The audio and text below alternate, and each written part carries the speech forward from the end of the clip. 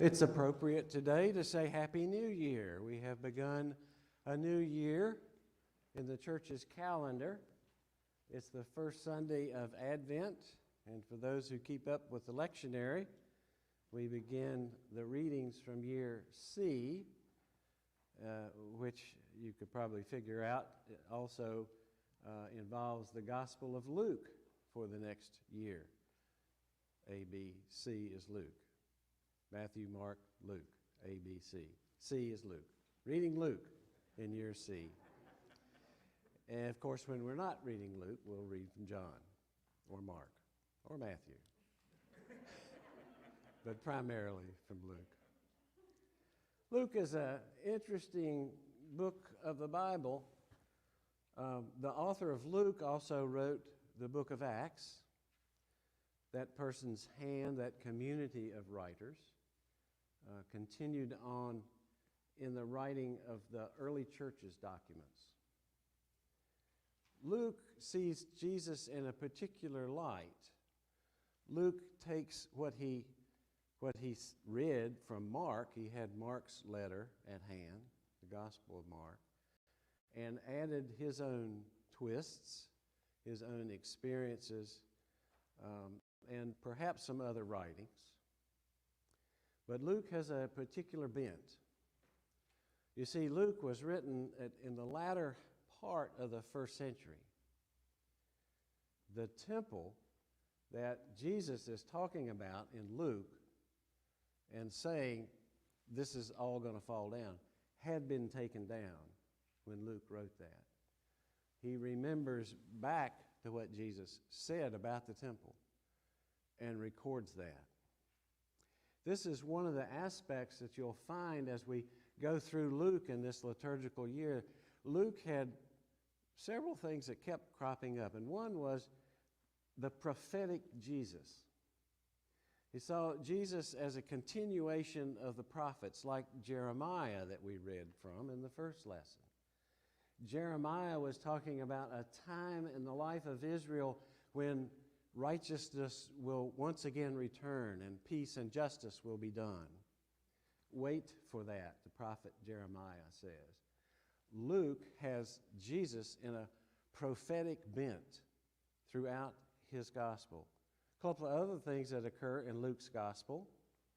One is the role in the early church of a diversity of people. It's not just Jews converted to being Christians, not coming out of the Jewish tradition, but Gentiles from all around, Romans who were idol worshipers or emperor worshipers or not worshipers at all, had been converted. And the other aspect of that is that women had a great role in Luke's community of faith.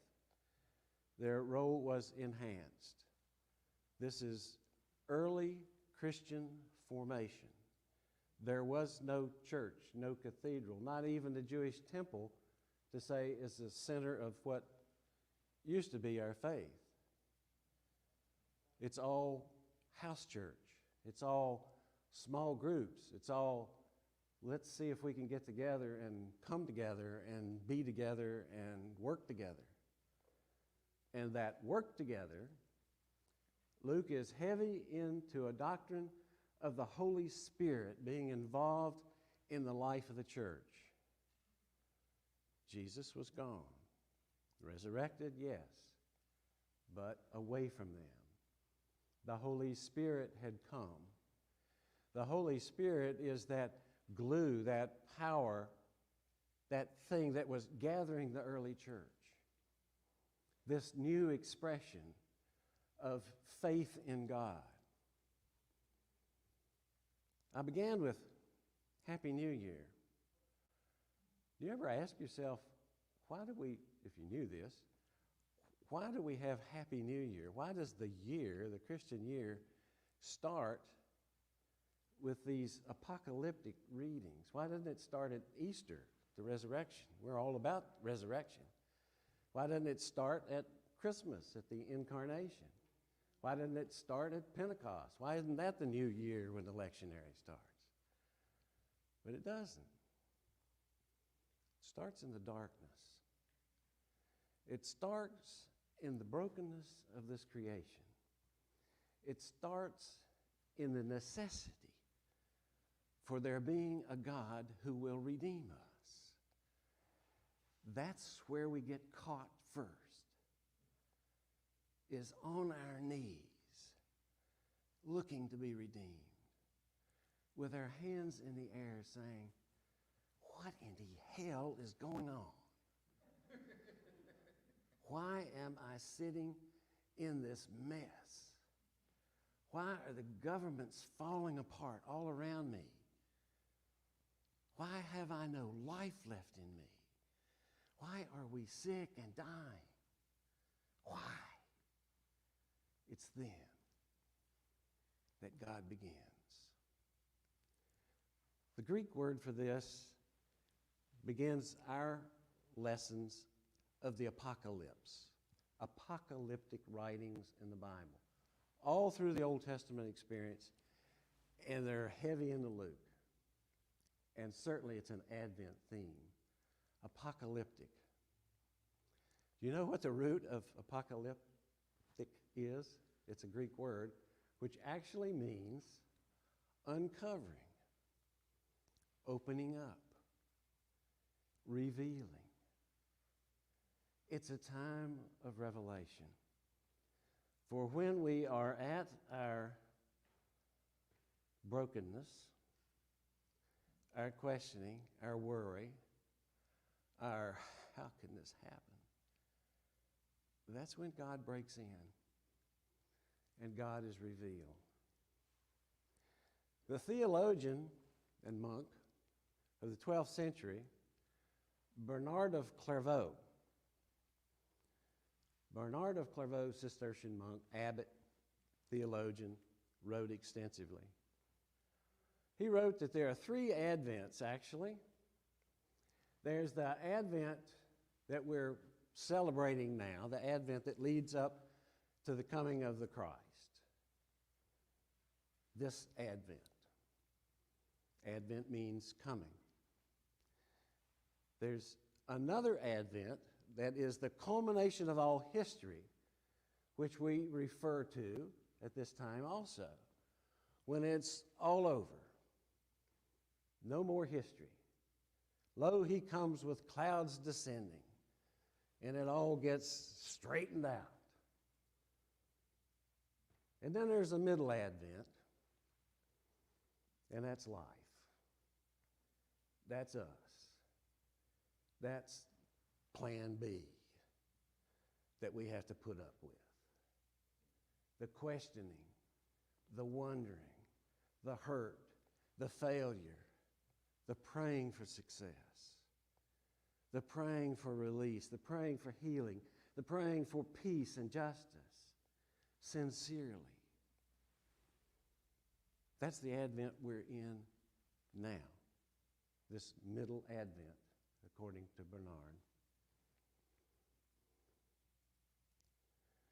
We light candles, peace, joy, hope, love. They've all been given names. These are good things. Hope is a theme for this first Sunday. But hope is a verb. It is something that we do, is hope. It's not a passive thing. Listen to the words of Jesus. Stand up. Your redemption is drawing near. Be awake. Be alert. Be ready. The reference here in Luke's gospel could go back to the earlier passages in Luke. We're in the 21st chapter. Earlier passages of Luke where Jesus is like the watchman at the wedding, the bridegroom waiting for the, get your lamps lit. Be ready. Hope is the verb of the church, working in conjunction and by the power of the Holy Spirit, being Christ in the world today, come among us, being with us, being God's presence in the brokenness of this creation. We're waiting, but we're not just hanging out. Our business is not to sit and wait, but to stand up, to be alert, to be active on behalf of God, in love with one another, and in love with the mission of the church that drives us out to find the brokenness of the world. That's what Advent is about. Advent is not the appetizer that gets us to, Christmas. I even hate to say Christmas because it's so loaded with stuff. Advent is not the appetizer for that. Advent is the thing. Advent is where we live. Advent's what we got. And Advent is where we find the power in our brokenness to discover the peace and grace and faithfulness of God.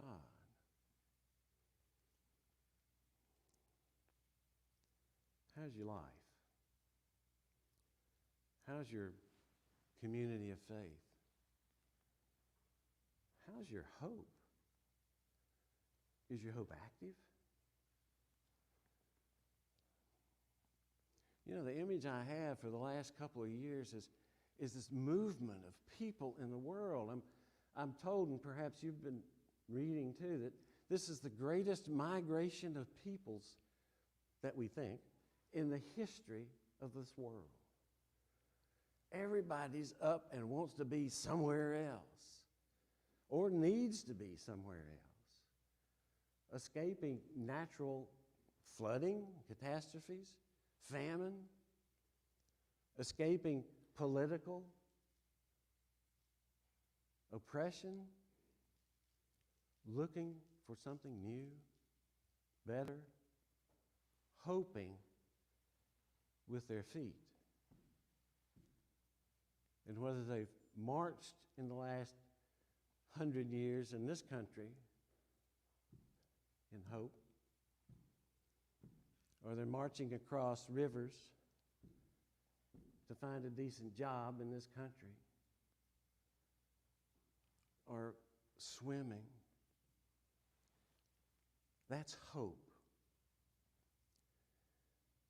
You got it good, right? Or at least you're used to what you've got. But Advent calls us to know that there's work to be done. That we're going to get fired up with these candles. That Advent is a time to stand up, be awake, light up, and get up. Happy New Year.